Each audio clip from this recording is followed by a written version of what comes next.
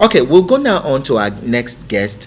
We observe that gender-based violence is on the increase, and such gender-based violence also include rape, um, um, women being endangered and all that.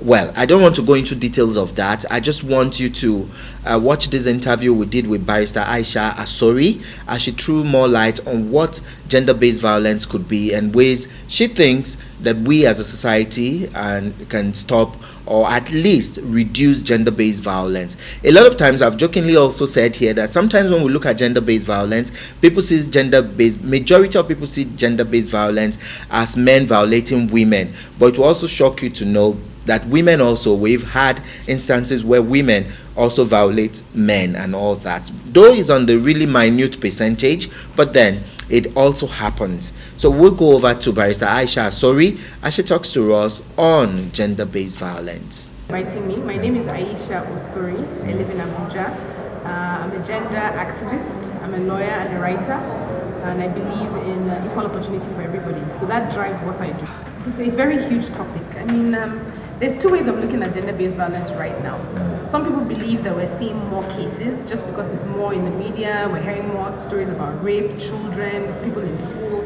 That's one school of thought. So people are saying, why is it increasing? Some other people say, no, always had gender-based violence. What is different now is that social media and media, special reporting, like people like you, are bringing up these stories into the front.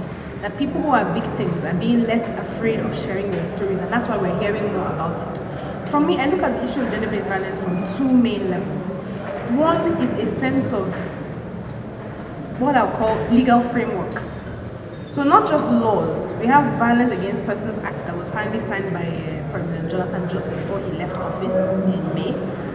So what does this law say? And apparently it's now limited only to Abuja. So for me, I look at gender-based violence from the perspective of what are the frameworks for dealing with it. We have too little policy, and we don't have enough of the right stakeholders. Who are the stakeholders? For me, the policemen, the Nigerian police force should be a key stakeholder in dealing with violence against women. But you rarely hear their voices, you rarely hear their participation in discussing how to deal with this. The experiences of the average woman and girl in dealing with the police is that when it comes to domestic violence, for example, so between what happens between a man and a wife, or boyfriend and girlfriend, or even between spouses, is that the police will tell you, go and sort it out, it's a family matter.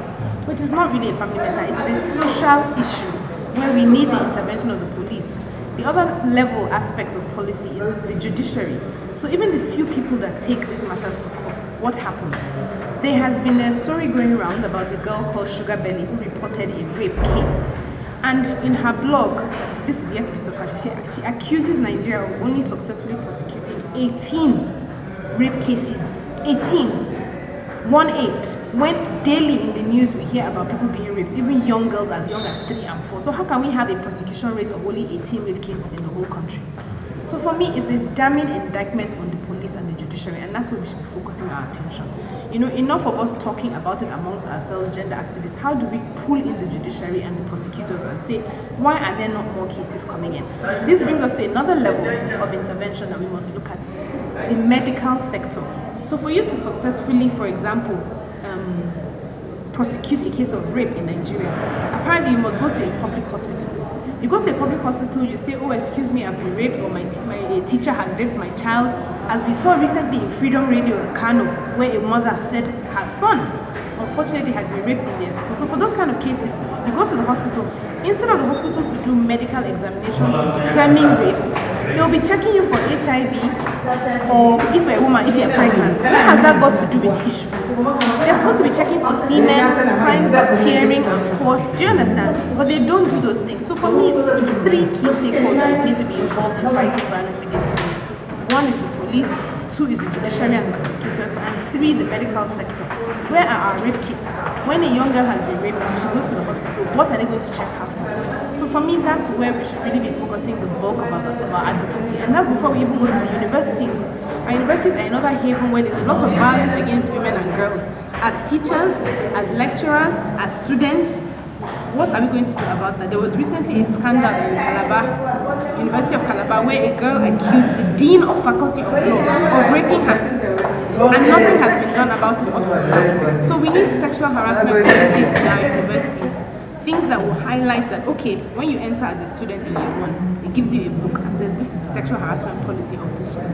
If you feel you've been sexually harassed, and sexual harassment is not even just raping or physical, it could be verbal, it could be threatening, it could be somebody in a position of authority like your lecturer or professor saying to you, if you don't sleep with me, boy or girl. So the lecturer could be a woman threatening a boy, the lecturer could be a man threatening a girl. Whatever the case, it is wrong. You want your students, our children, to be able to know, okay, if I'm faced with this issue, this is where I should go. I should go to the registrar's office. I should go to, do you understand? We don't have those policies in any of our schools right now, and it's a shame.